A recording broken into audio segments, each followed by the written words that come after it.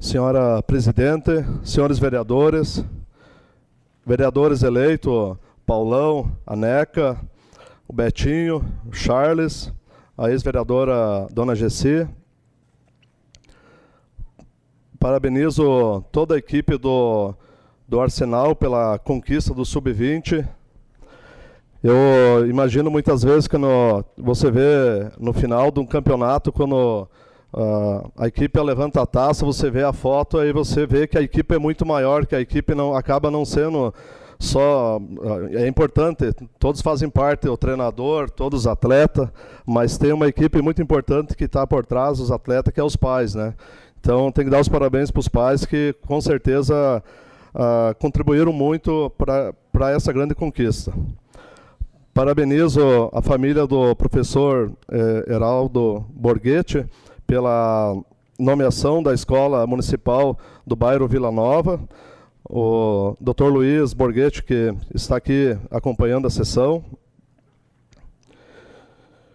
Nos últimos dias tem sido intensa a discussão em torno das duras medidas que compõem a proposta da reforma administrativa enviada à Assembleia Legislativa pelo governador do Estado.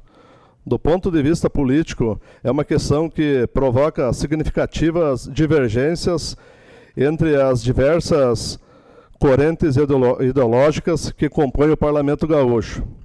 Percebe-se posicionamento frontalmente contrário ao conjunto de medidas do governo, como se fosse uma oposição política do atual governante. Outros mais cautelosos propõem o diálogo e propostas alternativas. E ainda há os que têm o mesmo entendimento do governo, talvez por compreenderem a gravidade da situação e que, por isso, defendem a proposta dos projetos. Eu já ouvi muitas vezes a expressão: se o Estado fosse uma empresa privada, já teria falido. Ao levar em conta os equívocos políticos cometidos ao longo de décadas e que tiveram influência direta nos resultados que hoje estamos colhendo, e não só em nosso Estado, mas na maioria deles, e também no governo federal, e diante desses fatos, apesar das resistências, é necessário o enfrentamento do problema. Em artigo publicado no último dia 23, em 0 hora, intitulado Um voto de confiança para o futuro, o deputado Sérgio Tura demonstrou maturidade e lucidez ao manifestar-se sobre a questão.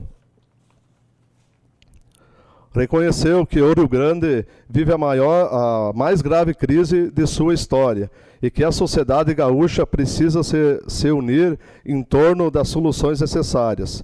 Segundo ele, o novo pacote de medidas anunciado pelo governador não resolve todos os problemas, mas aponta uma direção. Lembrando que o que está em jogo não são ideologias ou projetos políticos do governo, mas a necessidade de devolver à população um atendimento digno em áreas essenciais. Está agora nas mãos dos nossos legítimos representantes no Parlamento Gaúcho a decisão sobre o futuro do nosso Estado. O que está sendo proposto, com certeza, não é uma questão de escolha política. Após exaustivas demonstrações técnicas sobre receita e despesas, ao longo de quase 2 anos, não há como negar o desequilíbrio. E sendo assim, esperamos que todos os parlamentares tenham essa lucidez e maturidade ao se posicionar diante dessa realidade. E como um importante momento de paz, de solidariedade e principalmente de humildade, registro a realização do culto ecumênico de ação de graças no último dia 24.